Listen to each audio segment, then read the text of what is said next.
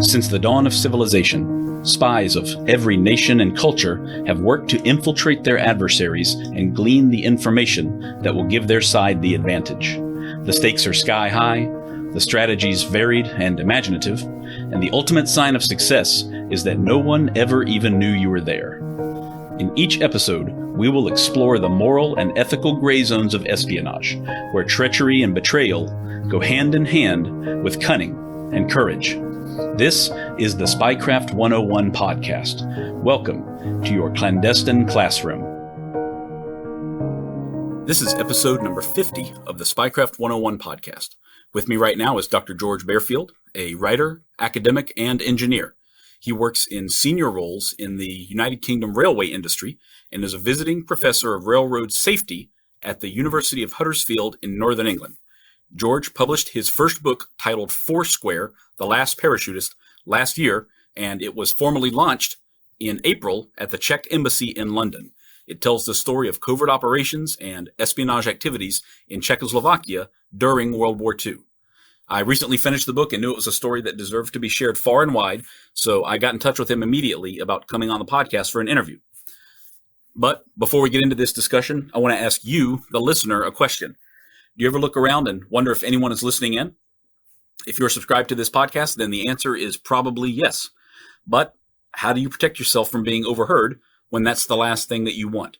How do you keep your conversations between you and the person in front of you and no one else? The answer is the ultrasonic speech protection jammers from tinytransmitters.com. When switched on, these jammers can effectively disable any microphones nearby. Likewise, if you're part of an agency or organization with unique needs, you can trust Tiny Transmitters to meet those needs with customized solutions designed to your specifications. Tiny Transmitters can embed their newest ultra-small transmitters in devices such as power strips, key fobs, cigarette packs, picture frames, and even in the walls of a cardboard box. Almost anything you can imagine, and probably a lot of things you haven't until now.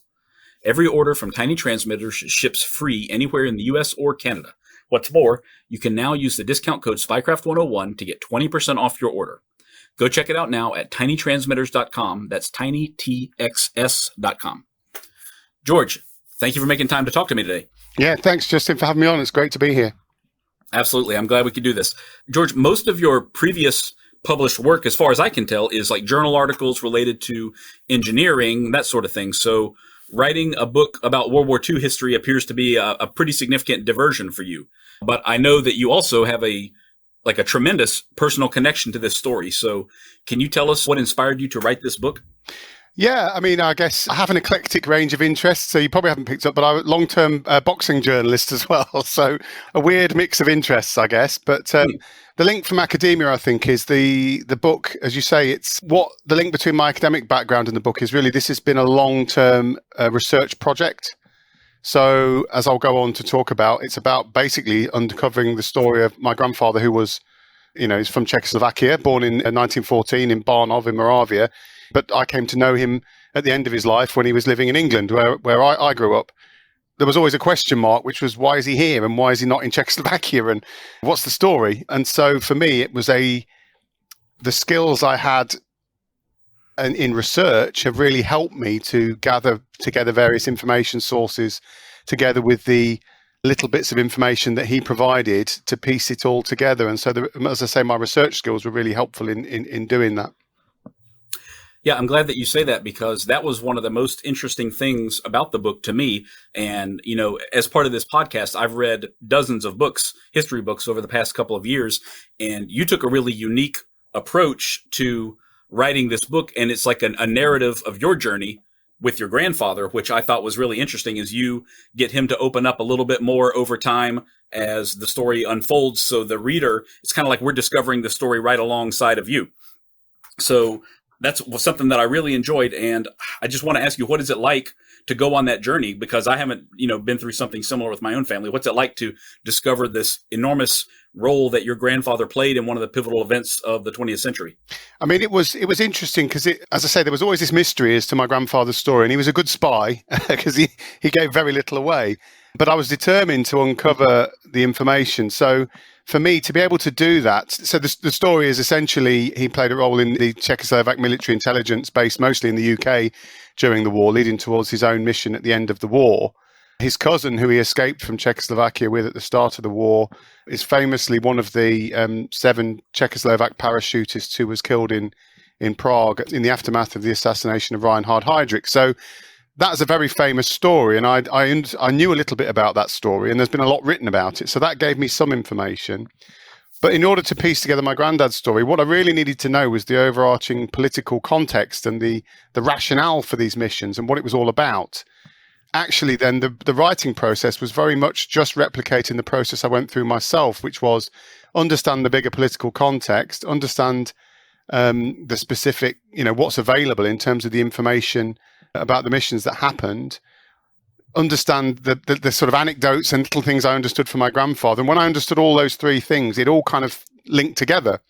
And so really what I decided to do as the book was exactly that, to take people on that journey and to actually have various strands of the story, because what that gives you actually in the end is a far more complete picture as to why, the story of Anthropoid and the assassination of Reinhard Heydrich is often presented as a sort of classic daring-do war story.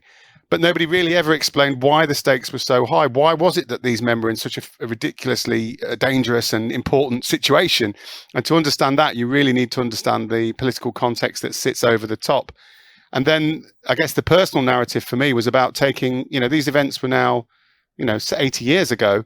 But for me, they were very real because of the family connection that I had. And I wanted people to feel that. I wanted people. So in describing my own journey, I was wanting to bring some tangibility and some emotion and some real first-hand experience to lift the story from the sort of pages of of dusty old textbooks into a real human story, which is exactly what it is.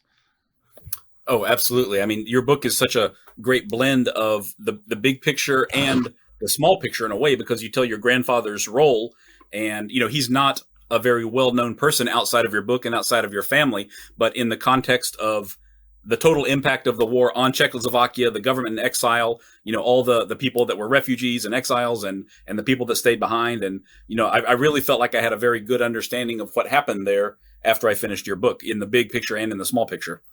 Yeah. And for me, it was, again, a tribute to my grandfather, because as you'll know, having read the book, there are reasons why he isn't a well-known figure, basically because at the end of the war, if he'd been much more public about what he'd done, he probably would have been killed. So he had to keep quiet. And it was the communists and the Soviet Union who were actively threatening his life in the 1950s and onwards. So, he deliberately kept a low profile. And so the things that he and others like him did at great personal sacrifice, huge bravery, were never really fully recognized. And so really the book, you say, what kept me going through doing all the research was really a desire to have the book as a tribute to him and to the many other men and women like him.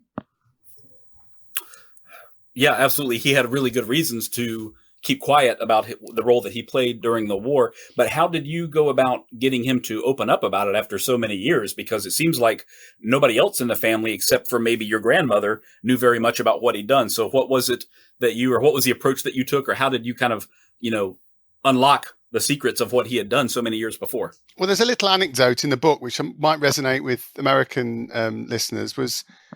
I used to love chatting to my grandfather because he was full of anecdotes and stories, and he was a very intelligent, engaged, politically aware person. And so I just used to go and listen to lots of his stories. And although he never spoke about the specifics of what he did in the war, I remembered all those stories, and that you'll see in the book that I'm able to weave some of those in because of the way once I understood the full story, I could understand how they fitted in. And there was one particular time, it was in the 90s, I mentioned it in the book, where we were watching, I think it was at the time of the troubles in former Yugoslavia, and Madeleine Albright was on the news, and she was, talking from some UN meeting. And my grandfather just sort of as an aside said, "Oh, I remember her when she was a little girl." And I was completely dumbfounded. I was like, what do you mean? And it turned out that he worked with her father in the Czechoslovak government at the end of the war. And it was things like that just piqued my interest. I thought, I somehow got it into my head that it was my destiny at some point to tell his story for him. And so as he got towards the end of his life, I because the story of his cousin's death was so famous, and there've been multiple films made about it, including most recently the film Anthropoid, which is was a Hollywood movie. Because his cousin's story and the story of the assassination of Reinhard Heydrich was so well known, I was able to research stuff without him knowing. And then I followed the thread of that. And that meant that as he was getting older in his life and perhaps a little bit less guarded and a bit more willing to open up, I was actually able to ask some intelligent questions. Because if I just asked the questions like, well, what did you do in the war, Grandad? He would just come up with a flippant answer or, shrug his shoulders and move on, But when you ask specific questions that show you've got a genuine interest and a degree of insight, I found that he actually then gave me an equivalent response. That's fantastic. Yeah, it took a long time to get there, I guess, but all that research that you were doing ahead of time must have really paid off and brought the two of you together a little bit closer as well. Yeah. I mean, it was certainly. I think, to be honest, I don't think anybody. I mean, as I say, it's my first book other than my PhD thesis. But I don't think you ever feel that you've fully done justice to the story in your head. But I think, given the amount of time I spent on it, the book is quite close to what I wanted it to be. That's great. Yeah, I know that feeling. I've written one self-published as well, and it certainly still feels like a work in progress, even after going up for sale. So I do get that. And your story is a lot more in depth and took you a lot longer, I think, as well. So I know that, speaking of that, this was years of effort on your part, and unfortunately, your grandfather passed away before you had finished the book. So how did that affect your ability to tell this entire story? Well, there's part of me, and I've managed to speak to my grandfather and some of his colleagues as well, which is covered in the book towards the end. And some of the book is in a form of interviews and discussions, actual descriptions of conversations I had with some of his colleagues. I sometimes feel like I could beat myself up for not speaking to people earlier. But at the same time, I feel a bit proud that I actually did manage to speak to half a dozen people before they passed away. I mean, I think in terms of keeping me going, the fact that my grandfather died, to be honest, I never would have got much more information out of him than I did. But actually, the fact that it took me, he died in the year 2000 and the book only came out in 2020. And to be honest, the research and and I've got, an active career, so haven't been able to, at least until the last couple of years, wasn't able to spend a significant amount of time on it.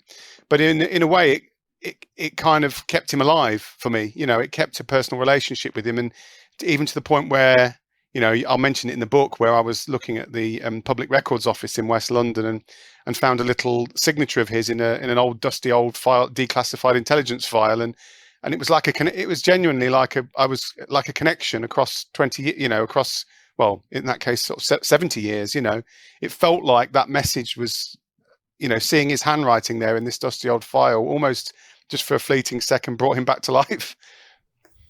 Yeah. That's poignant. That's wonderful, honestly. So let's go ahead and go all the way back to the beginning. So as far back as, well, first of all, let me say for an American-centric audience and an American like myself, Czechoslovakia is not always at the forefront of our knowledge for World War II. For us, it's about the war in the Pacific oftentimes and D-Day and, kind of the American contributions. So, I have to admit, I learned quite a bit about the war in Czechoslovakia through your book, rather than somewhere else initially. So it appears, though, that the Czech government and the people themselves were not at all surprised by the eventual aggression by Adolf Hitler. They had seen this coming for many years before he actually, invaded Poland and started seizing territories and all that. So can you talk about what things were like in Czechoslovakia prior to when the war began? What was the situation there? Yeah, I think it's Otto von Bismarck who said, "Who rules Bohemia rules Europe," because of its central position in Europe. And obviously it was a key part of the former Austro-Hungarian Empire. So in some ways, if you look at the history of the Second World War, probably the Czechoslovakian vantage point on it is the truest, in some regards, the truest perspective, because it really did begin with, seriously, with the invasion of the Sudetenland, the Czechoslovak defensive border areas. And it kind of ended, so I think it was a group of American soldiers who were, as you'll find out towards the end of the book, which my grandfather was embedded with, who got furthest east of any Allied soldiers in the Second World War. So the story of Czechoslovakia is a pretty good arc through which to look at the whole history of the Second World War. Czechoslovakia was formed as a noble project, really, at the end of the First World War from the remnants of the Austro-Hungarian Empire. It was forged of Bohemia, the sort of ancient states of Bohemia, Moravia, and Slovakia as a model country. So it was formed on the ideals of the French Revolution, the American Declaration of Independence, founded by a man called Thomas Masaryk, who was a philosophy professor, an early proponent of feminism, took his American-born wife's name, so he was Thomas Garrigue Masaryk. And he really was trying to it was an experiment. Czechoslovakia was an experiment to create a modern, democratic, socialist country in the heart of Europe. And the young, the first generation of Czechoslovaks, my grandfather was born in 1914, so he was 4 years old when Czechoslovakia was formed. They were very much, that was instilled into them. They believed in the mission statement. They believed in the country, but they also knew that because of its geographic position, Czechoslovakia would have to fight through its early years, through its adolescence, to survive. And so this brings us really to, I guess, to the things that the Spycraft podcast is interested in, which is that they realized as a small country that they needed really good intelligence to be able to understand the threats that were at their borders. And so it was in, I think, in the 1920s that Thomas Masaryk, the founder of Czechoslovakia, and his deputy Edvard Beneš recruited a man called František Moravec, who is a really pivotal figure in the whole story of Czechoslovak military intelligence up until the end of the Second World War and slightly beyond. He ended up in exile in the US, actually, after the war. His daughter, who I've made contact with, Anita Moravec, still lives somewhere around in Virginia, I think.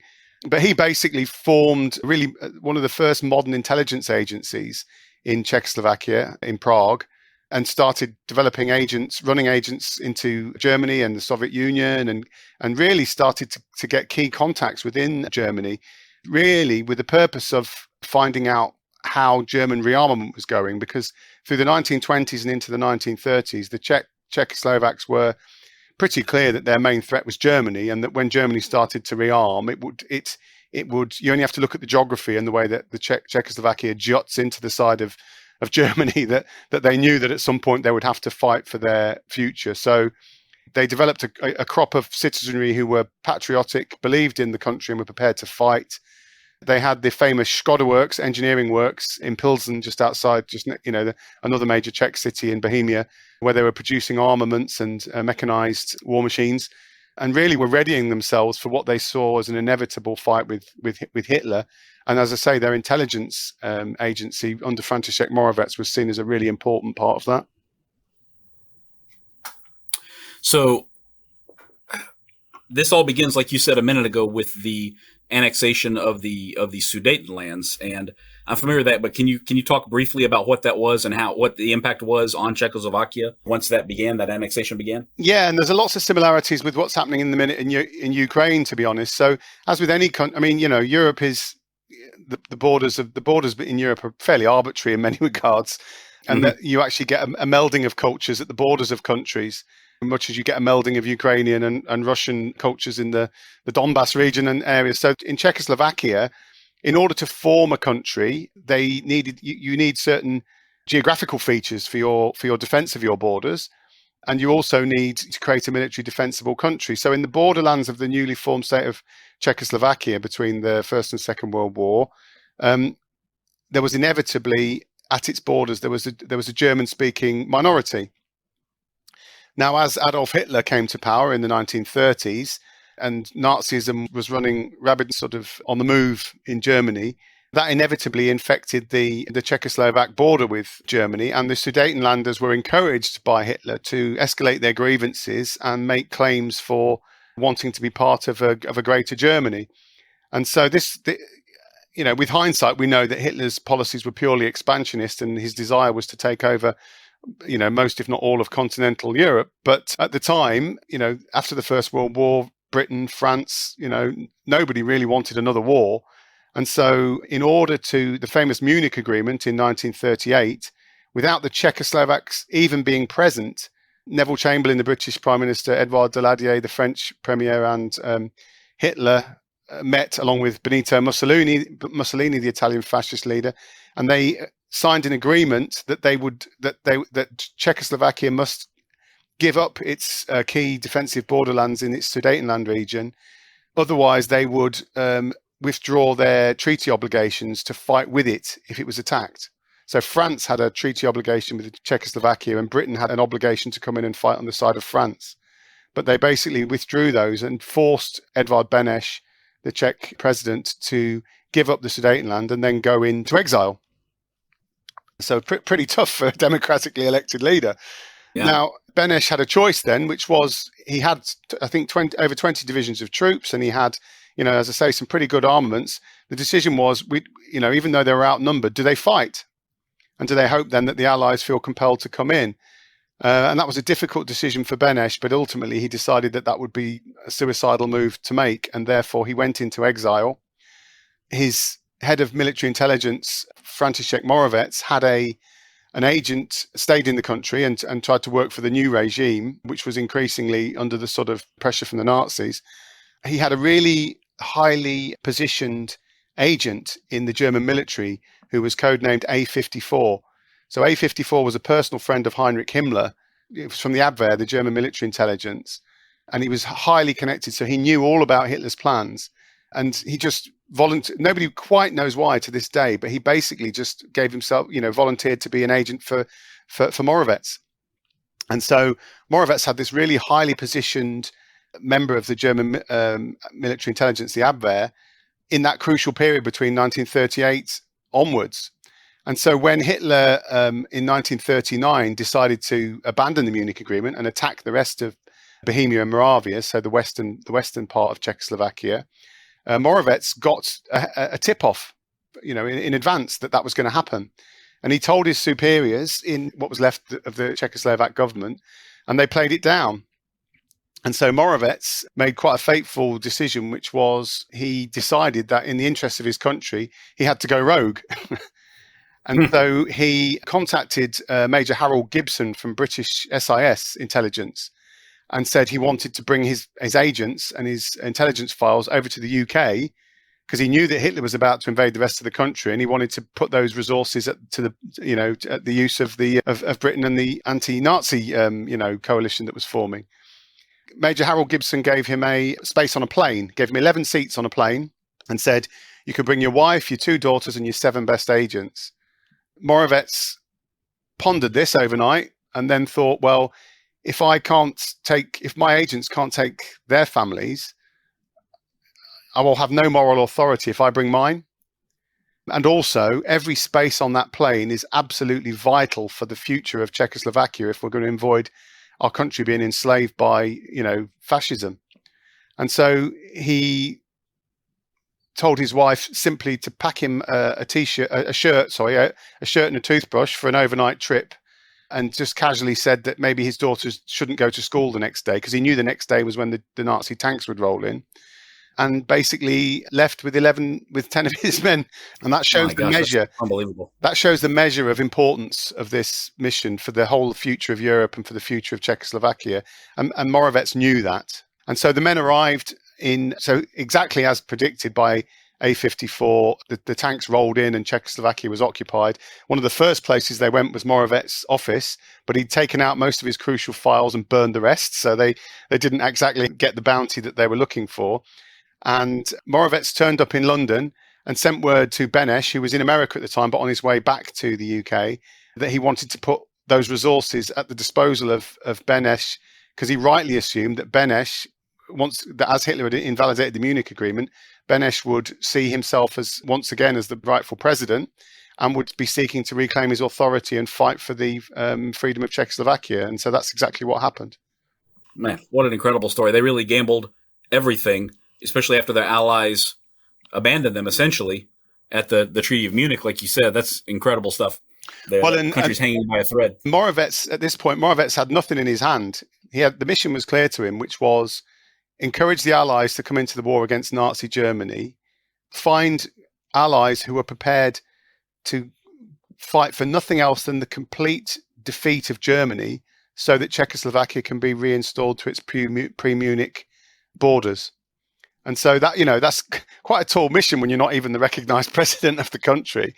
But the one thing that he had going for him at that time was A54.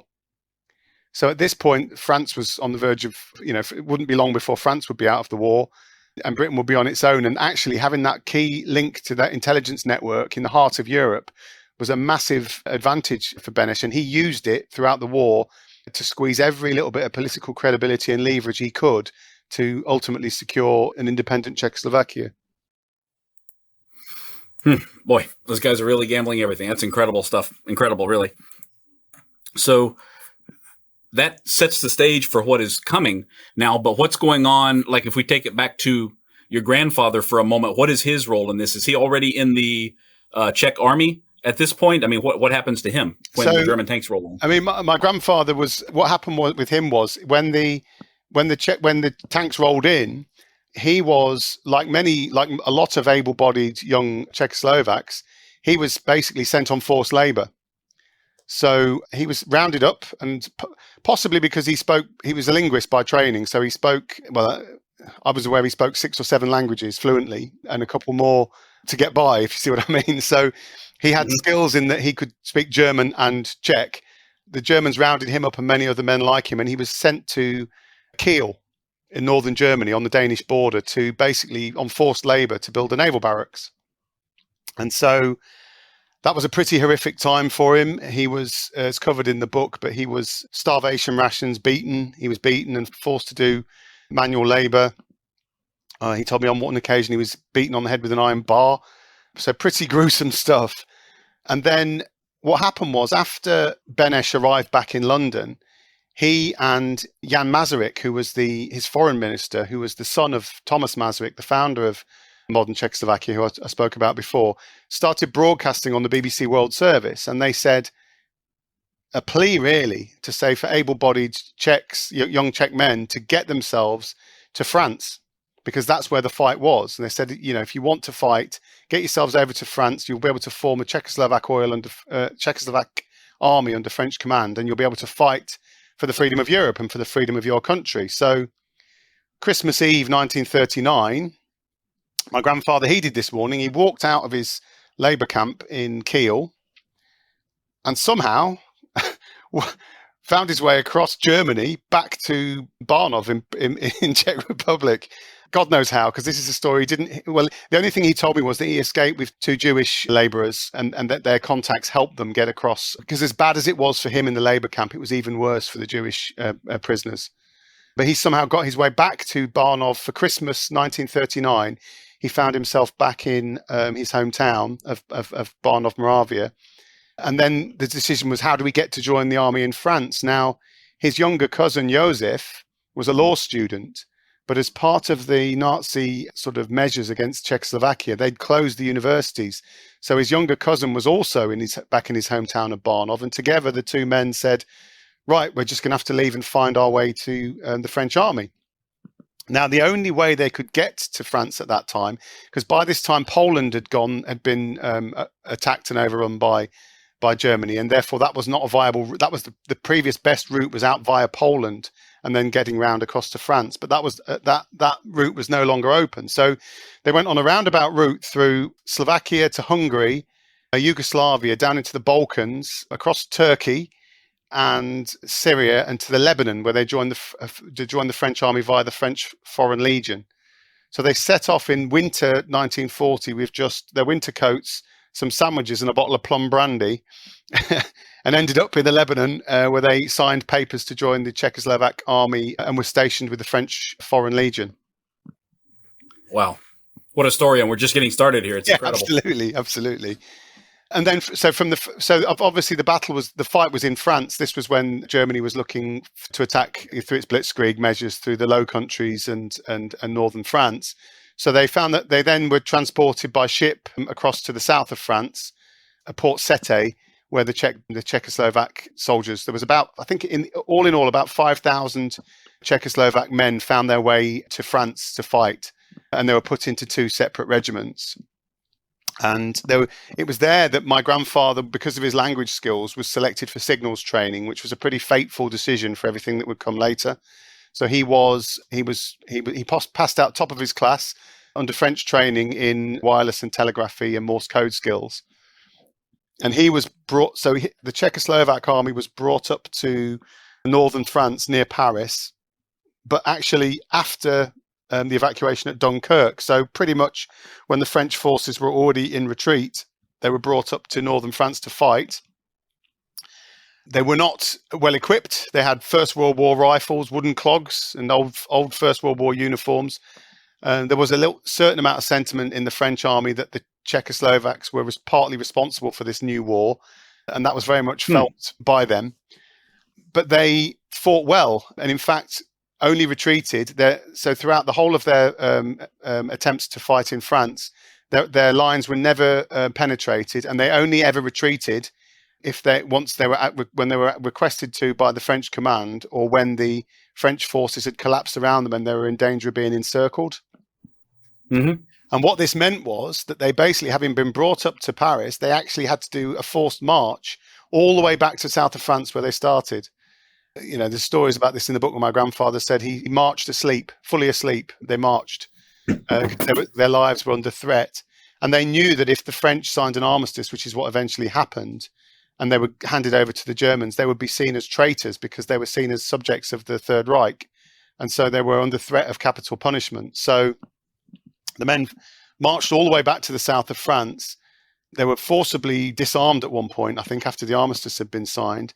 And then they found their way onto boats and went through the Mediterranean, up through the Irish Sea to Liverpool, where they disembarked in the UK in a pretty sorry state, I can tell you, at a pretty low ebb. I can imagine. I mean, what a terrible and difficult journey. He's been in the labor camp. He trekked all the way across Europe, north to south, in retreat through France, treated poorly by the Allies in France after the country's been abandoned. So I can totally see how he would be morale would be low at that time, but they didn't stop, did they? Well, morale wasn't. I mean, one of the things that really did, a couple of things perked them up. I think one of them was as they were sailing through the Mediterranean, they went past Gibraltar at the south of Spain, and they saw the naval task force that Churchill had assembled to capture the French Navy and stop it falling into German hands, which for men from a landlocked country to see the full force of the British Navy at the time, the aircraft Ark Royal, the battle cruiser, the Hood, you know, it kind of made them realise that actually things maybe weren't over yet. And then they found their way up to Liverpool, where actually they were greeted, you know, well, because of course Britain was looking for allies, and the British populace was very pleased to see them there and gave them a really warm welcome, which was much appreciated. So they were initially put into tents in Cheshire in the northwest of England before they were moved to permanent barracks in a place called Leamington Spa, which is in the Midlands of England. And that was their base, the base of the Czech forces for most of the war. Now, it was exactly this time, soon after they were there in sort of 1940 to 41, they sort of licked their wounds and started building a kernel of a Czechoslovak army on British soil, because they knew the intent was to go and reclaim their country. But Czechoslovakia intelligence was still key, and they knew that, and Beneš and František Moravec were still of a mind that they needed to demonstrate value to the Allies as soon as possible. And so Winston Churchill in 1941 set up the Special Operations Executive, famously, which was the first real sort of special forces, as it would be called today, in international armies. He set up the Special Operations Executive with its mission to set Europe ablaze and to parachute operatives into their home nation for covert missions. And so his deputy was a man called Emil Strankmüller. They sent him to Leamington in April 1941 to recruit a handful of men to be trained in the vanguard of parachute missions to be sent back into Czechoslovakia. And they recruited, as I say, a couple of dozen men, including a man called Josef Gabčík, who famously was one of the eventual assassins of Reinhard Heydrich, and also my grandfather. And it's in the book, the picture of his dinner invite for dinner with Edvard Beneš in May 1941, was at the very outbreak of special operation, one of those very first recruits for special operations to go back to Czechoslovakia.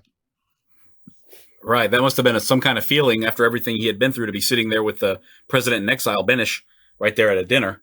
Absolutely. But it also showed I won't say desperation, but, Beneš's need at that time was for capable men who could be sent back on these, what time would show were virtually suicidal missions back to their home country. Oh, right. Right. So was your grandfather, was he selected by SOE? Was he recruited, or did he answer a call for volunteers, or what exactly? He was answered. So Emil Strankmüller came to the camp at Leamington.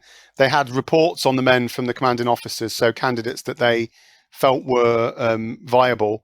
And they interviewed the men and asked them whether they wished to volunteer. And every single one, I don't think anybody said no. All of the men said yes. Wow, amazing stuff.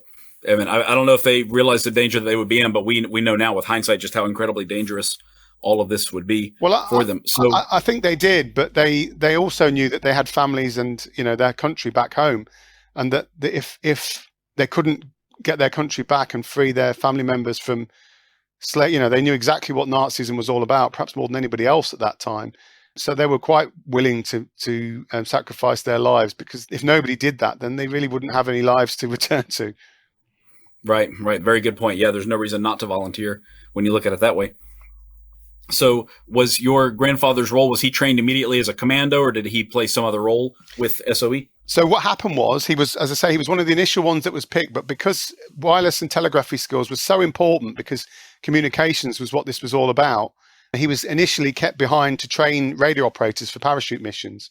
So because he was one of the best, if not the best radio operators, he was kept to train the radio operators for the first flurry of missions that happened. But his younger cousin who he'd traveled with was recruited for one of the first batch of parachute missions to go into Czechoslovakia in 1942. Right. His cousin ended up going before he went. Is that right? Yes. Yeah.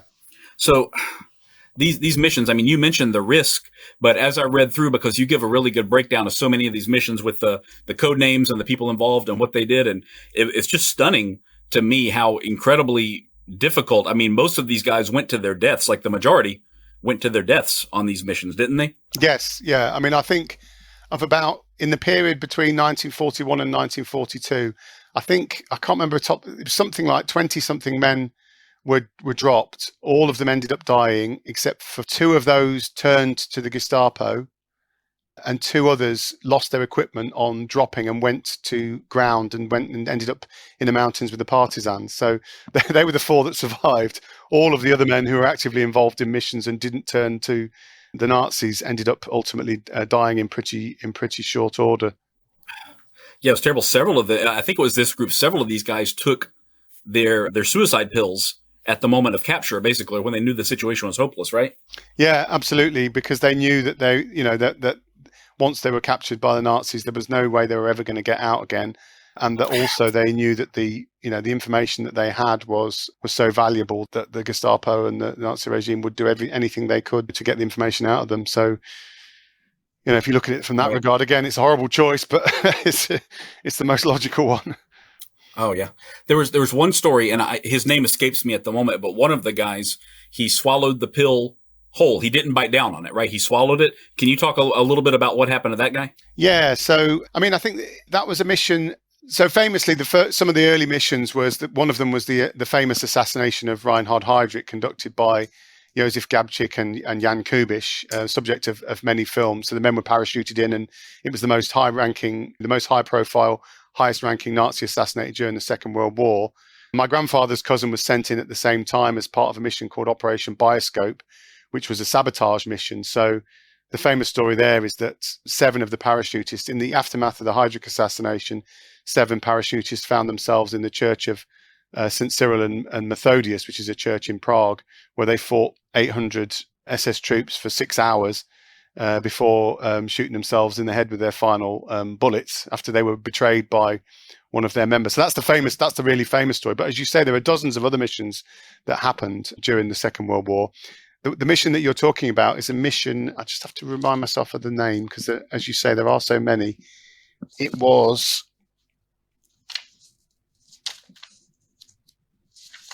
Antimony. It was a mission called Antimony. So basically what happened was, in the aftermath of the Heydrich assassination, the Nazi regime and the Protectorate police in Bohemia and Moravia went into overdrive, and really it was martial law, there was mass executions, and they really rooted out and managed to destroy what was the Home Resistance Network. So the Home Resistance Network was partly ex-members of the Czechoslovak army, but also patriotic citizens, and then parachutists who'd been parachuted in. But pretty much the whole thing got wiped out in the latter half of 1942 because of the harshness of the reprisals.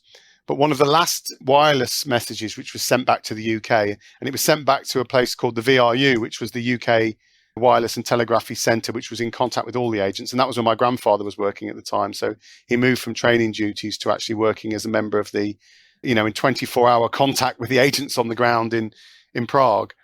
One of the last messages they got back in the aftermath of the Heydrich assassination was from a wireless operator who basically the Germans wiped out an entire village, committed genocide on a village called Lezaki. And one of the last messages they got back was from a radio operator in that area who sent back a message saying, Lezaki is leveled, I'm the only one left. And so they had this possibility that this radio operator was still alive.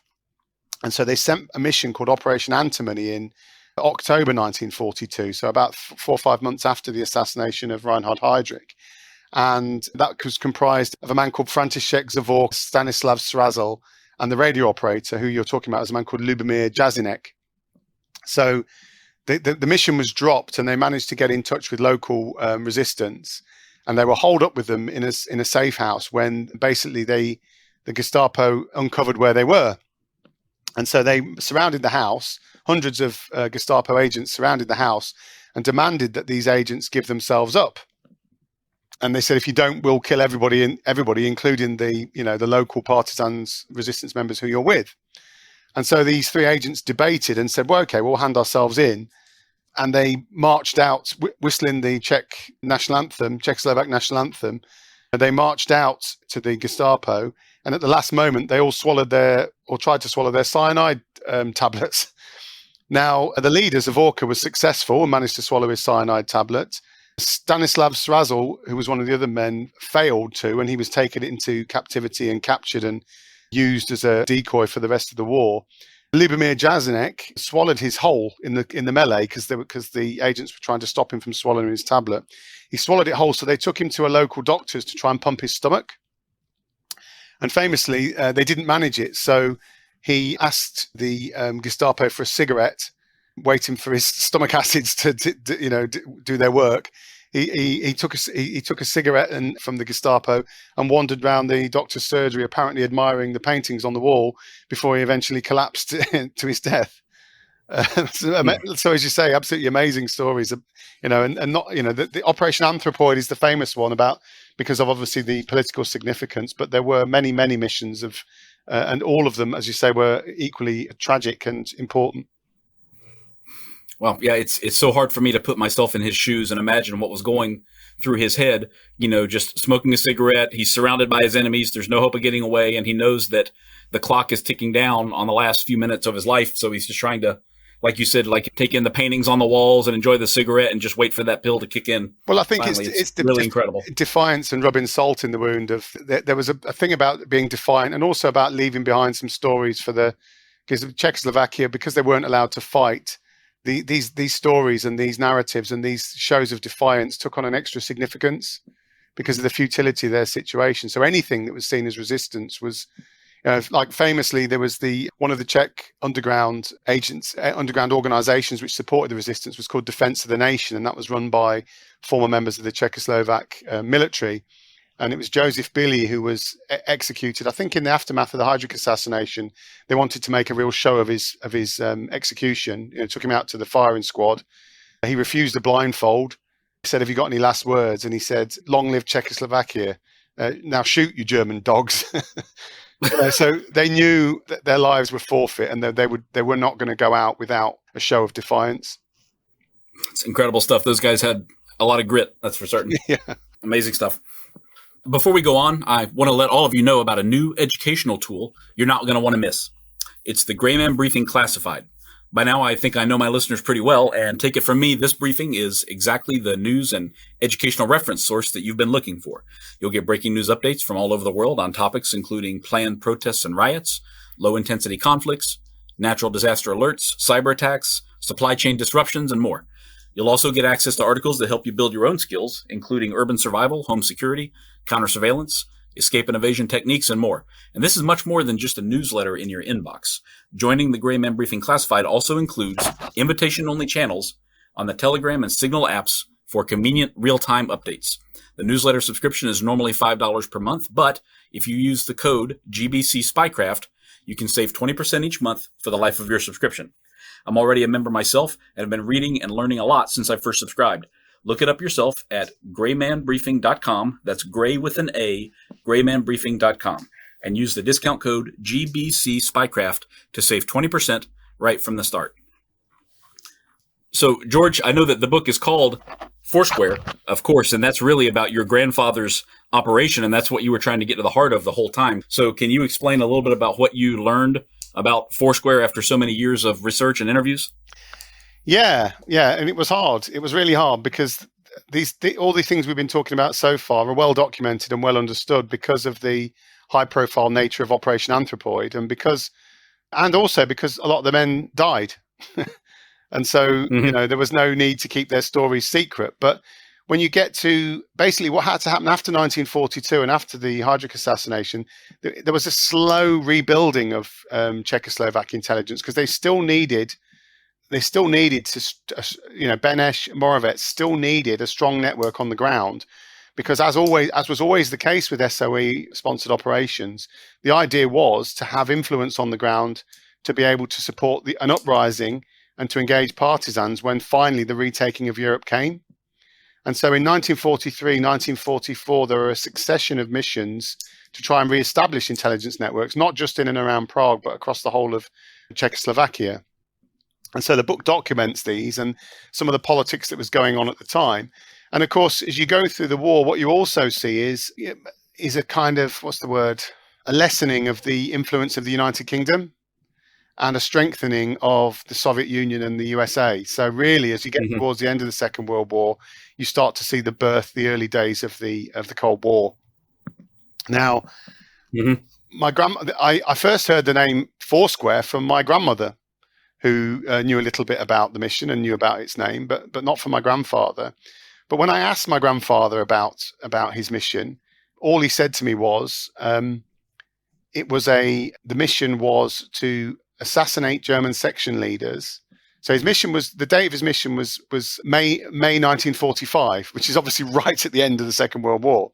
And his mission, as he stated it to me, was, when I sort of pinned him down on it, was that it was to assassinate German section leaders to instigate an uprising before the Red Army came in. Because at this point, Czechoslovakia had been deemed to be in the Soviet sphere of influence. And yet Beneš didn't want to be part of the Soviet Union. He wanted Czechoslovakia to be an independent democratic country, as was always the mission statement. And so he was keen to retain American influence and involvement in the country. And so it was interesting because my grandfather told me in no uncertain terms that was the mission and that it was a success. But when the mission files were finally, the SOE, the British intelligence files on Operation Foursquare, were finally declassified in the early 2000s, it said that the mission was cancelled at the last moment and didn't go ahead. And so really that's the kind of dilemma at the heart of the book. Why did my grandfather tell me a mission that was cancelled actually went ahead? And so as I looked into it, there were several missions that were undertaken at that time, and all of them apparently cancelled at the last moment, but all with similar missions and all basically about trying to get a degree of Czechoslovak control of the western part of the country and the seat of government before the Red Army came in and exerted too much influence. And those missions were conducted not with the British SOE, but with the American OSS. So actually, what I got... now remember, of course, at the time, there were political agreements at the highest level between Churchill, Stalin, and Roosevelt, and latterly Truman, about where the Americans should and shouldn't have influence. And they were supposed to stop at the border of Czechoslovakia. Now, what actually happened was the Americans, because as the Germans were withdrawing, the American army went to Pilsen on exactly the day that my grandfather's mission was conducted, on the 5th of May, 1945. His dropping point was Pilsen. And then what happened was the Soviets protested and said, because the Americans wanted to go all the way to Prague, but the Soviet Union protested and the Americans stopped at Pilsen. And so what I managed to piece together was that my grandfather's, if I believe my grandfather, and he never lied about anything in his life, and certainly not about something so important at such a sort of late period in his life, what I managed to get to was that basically there was a flurry of missions conducted at the end of the war, not with heavy British involvement, although the Special Operations Executive knew a little bit about it, but with the direct support of the OSS. And basically, my grandfather, and there were several missions at the time, and they were all led. The commanding officer on the ground was a man called Jaromír Nechanský, who is recognized to have been one of the key leaders of the Prague uprising. And so basically, there were a flurry of missions that were conducted, which did instigate. My grandfather's was in Pilsen. And so if I believe what he said, he instigated the Pilsen uprising. Others instigated an uprising and supported the uprising in Prague. But because that was the Soviet Union were so against that happening, because that was contrary to agreements at the highest level, they were never allowed to admit that those missions actually happened. Wow. The missions officially were expunged from the records because all of those who were involved with them, their lives were at risk. And also, if Beneš was seen to have sponsored them, at this point, Beneš was embedded with the Red Army coming in from the east. But if he was to admit that he sponsored these arguments, then his life would be forfeit as well. Now, this all came full circle in that my grandfather was working in the Foreign Office. So after the war, my grandfather was working for the Czechoslovak government in that period between 1945 and 1948, where it did seem as if there might be some future for Czechoslovakia as a democratic country. But of course, there was then the communist subversion of Czechoslovakia, which happened, culminating in February 1948. So my grandfather, I think gradually the communists got wind of what he and other men like him had done.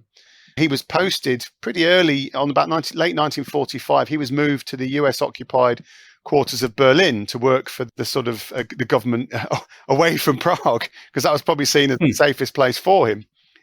And he was working for Jan Masaryk, the foreign minister, Beneš's foreign minister. So in those periods between 45 and 48, Beneš was gradually had to make common cause with the communists and with the Soviet Union, was gradually put under house arrest and neutralized as a political force. Jan Masaryk in 1948 famously there were claims at the time that it was suicide, but clearly it wasn't. He was thrown from the third window of the Czechoslovak Foreign Office, murdered by communist agents. Oh my gosh. And just at exactly that time, my grandfather was recalled from Berlin to work at the same building. That wasn't a particularly attractive offer, and some friendly agents came to see him in Berlin and tipped him off that if he was to return to Prague, he would be on a capital charge. And so he arranged for, when the Berlin airlift was on, and my mother was born in Berlin in 1947, she was taken back. My grandfather arranged for a flight for my English grandmother and my mum to fly back to England. And then when he knew they got there, he arranged a flight for himself, and he was in exile for the rest of his life.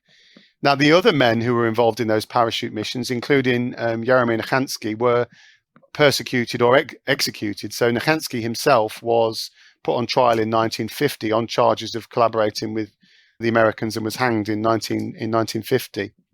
And then there were the famous Slansky trials in 52, where a lot of the Czech communist government were purged by the Soviet Union. So there was this gradual waves of subversion that came, and all of those men that had fought so hard throughout, for freedom and independence against the Nazis had basically ended up having to fight for the same against the communists, and ultimately, certainly in the short term, losing. Man, that is terrible. My gosh, what a tremendous loss for all of those people, grandfather included. So correct me if I'm wrong here, George, but from the time that he was left in 1939 to go to the forced labor camp, I mean, he spent almost none of the rest of his life in Czechoslovakia, right? Like a few days or a few weeks at most? Would that be correct? Well, if I believe him, he spent a few days in May 1945. Right. Yeah. Then he returned to England, but then he went back to Prague for probably 3 or 4 months. He was based in the Foreign Office in 45. He then was transferred to Yugoslavia, then subsequently to Berlin. When he returned to England, he had to rebuild and start everything. But he was still getting, even into the 1950s, he was getting calls in the middle of the night from persons unknown, threatening him and our family, and letting it be known that if he ever, not to even think about coming back to Czechoslovakia, and certainly not to be conspiring against the communist government. So they would get late night phone calls and threats well into the 1950s. He's certainly exactly the type of guy they do not want coming back No. to Czechoslovakia with his skill set. So he returned, I believe he went back for a visit in the 1960s, just before, so when the reforms came. But then subsequently the communists came in again, probably, I think it was 68 he went, August 68. And I think it was only weeks after he left from a visit to see his family in Barnov that the tanks came in again. But he did manage to go back at the end of his life. So when Václav Havel came in and there was the sort of Velvet Revolution, he and a lot of men like him were rehabilitated, which I think he thought was quite funny, the idea that he was rehabilitated, not the country. But, right. But he was given a rank of lieutenant colonel, I believe, in the end, and even a small pension, which he thought was quite funny. Oh, wow. Some of the prized possessions I've got are, I think it was 89 and 1990. I think it was 1990 when Václav Havel, on the anniversary of the deaths of the parachutists at the Church of St. Cyril and Methodius, greeted a number of the remaining parachutists who were still alive. So some of his closest friends, a man called Chestomir Shikula, another man called Jaromir Klemesh, they're all radio operators like him who'd been part of the training team and subsequently had gone on missions, at the end of the war. My granddad couldn't go because of ill health, but all of those guys went to meet Václav Havel and they sent him a postcard of remembrance, which is one of the prized possessions I've got, signed by all of the parachutists from that time. So in the end, the country, although it took a hell of a long time, I think in the end, the country, obviously the country, Czech Republic and Slovakia are democratic countries. They are free, independent countries. And actually, I think my granddad did get a lot of satisfaction from that and feel that ultimately, even though it took a long time, did get a degree of satisfaction from the ultimate outcome. He did live. I bet he did. He did live to see the country, and did go back several times actually to see his family in these later years. That's wonderful. Yeah, what a fitting into that story. But he lived a heck of a life, that's for certain. Really left his mark on the world. Well, that's fantastic, George. The book, everyone, if you're listening, is called Foursquare, The Last Parachutist. It's a wonderful read. It's available on Amazon and elsewhere, I'm sure. Really encourage you to pick it up because we have certainly not covered everything in the book today, but it's a fantastic read. And I really learned a lot about Czechoslovakia's role in World War II. A lot of stuff I was not aware of until I read the book. So I really encourage you to pick it up. And George, are you working on any more history books now? Anything else in the future for you now that you've written this story? Well, I guess they say everyone's got one book in them. This is certainly a book that, I think I blog regularly on transport safety and things to do with work. And I do occasionally, I probably will at some point, but at the moment, it's been quite a lot of work promoting this one, actually. I didn't realize how hard it was to actually promote a book once you've written it. So that's taken up quite a lot of my time. I should say the other thing that people might find interesting, and I've certainly occurred to me, is the strong parallels with Ukraine. There's so much of this that's resonating at the moment. And of course, actually, Subcarpathian Ukraine was, the very western part of it was actually part of Czechoslovakia, and was a pit that the Soviet Union is covered in the book, actually subverted and stole before they stole the rest of Czechoslovakia. So there's actually there's a lot in this book which is useful reference for getting your head around the challenges the world's got at the moment as well. Oh, certainly. Yeah, history tends to repeat itself. There's no doubt about that. So, George, is there anywhere that people can connect with you right now? Do you have a website or anything like that if they want to contact you directly or learn more or follow you on social media, for example? Yeah, there's a Twitter account, which is @LastParachutist, and set the same on Instagram at LastParachutist. And there's a Facebook page as well, actually, Last Parachutist, where I kind of do posts regularly on this subject. And as I say, I've got engaged with a fairly active community of people. There's a lot of people who are interested in this particular part of history, and we've got some sort of active discussions going on. I think we're currently potentially looking at a Czech language publication of the book as well, which is, I think, great, hugely valuable. I think because in some regards, I think George Orwell again, history is written by the winners, and I think actually it's oddly taken somebody from outside Czechoslovakia to have an outside perspective and a motivation for looking at this history and writing it all down in this way. Oh yeah, that's very interesting. Yeah, good point. Interesting. Well, thank you so much, George. This has been really enlightening. I really appreciate you coming on today. Good luck with the book sales. Thank you for sharing the story with us. Yeah, thanks a lot, Justin. It's been a pleasure. If you're interested in more of Spycraft 101, look for my pages on Instagram @Spycraft 101 and @cold.war.stamps, or connect with me on Patreon. My patrons get exclusive access to long-form blog posts that dive deep into some of the most amazing stories in the history of espionage and receive free or discounted books and products from the Spycraft 101 store. That includes free PDF copies of my own book, Spy Shots Volume 1, 101 True Tales from the World of Espionage, and Covert Arms, Weapons from the World of Spycraft and Espionage. I want to say a big thank you to all of my patrons, including Jack T. and William M. With your support, I've been able to continue funding my research and publication across multiple platforms to date. You can also find more great articles on my website, spycraft101.com. Thank you all for listening, and I hope you'll stick around because there's lots more to come. Thanks for listening to this program brought to you by Daydreamer Network. If you enjoyed the episode, please don't forget to rate and review on Apple Podcasts or your preferred platform. Your feedback allows us to rank on the best new shows list and continue to grow our podcasts in order to bring more unique and talented storytellers to the network. To check out our shows, including programs about relationships, sports, business, nutrition, leisure, and more, head to www.daydreamernetwork.com. We look forward to seeing you back next week for another great episode. Have a wonderful day.